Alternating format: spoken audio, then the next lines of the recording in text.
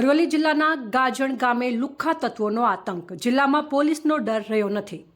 ગતરોજ ગાજણ ગામે લગ્ન પ્રસંગમાં દારૂ પી છાટકા બનેલ એક લુખ્ખા તત્વે પોતાની ગાડી મંડપમાં નાખી તોડફોડ કરી હતી।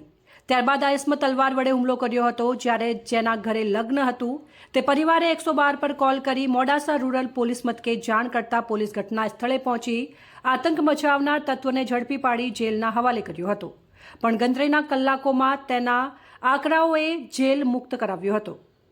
ત્યારે ફરીથી પરિવારના ઘરે તલવાર વડે હુમલો કર્યો હતો, જેને લઈ પીડિત પરિવાર અને તેના આજુબાજુના શહેરી મહોલ્લાવાળા ભયભીત બન્યા હતા। ત્યારબાદ મોડાસા રૂરલ પોલીસ સ્ટેશન અને અરવલ્લી જિલ્લા પોલીસ વડાને ફરિયાદ કરવામાં આવી હતી। અહેવાલ સિરાજુદ્દીન ખેરાડા, અરવલ્લી। પરમાર છે, હું ગાજન ગામનો રહેવાસી છું। અલ્પેશભાઈ દિવાનસિંહભાઈ પરમાર કરીને આ શખ્સ છે।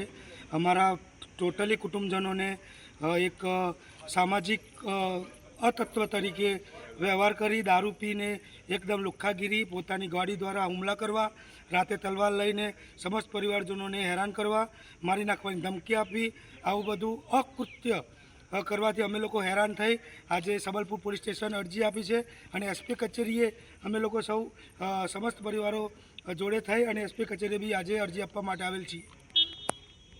બિપિનસિંહ બાદલસિંહ, ગામ ગાજણ, તાલુકો મોડાસા, જિલ્લો અરવલ્લી।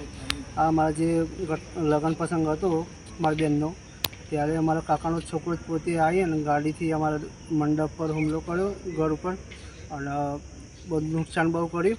અને બીજા દિવસે બી તલવાર લઈને અને એવું મને મારવા માટે રાત્રિના ટાઈમે આવેલો, ત્યારે અમારા બધા ઘરોના બધા કુટુંબીજનોએ મને સાથ આપીને અને મને રાત્રે મતલબ એનાથી બચાવ્યો।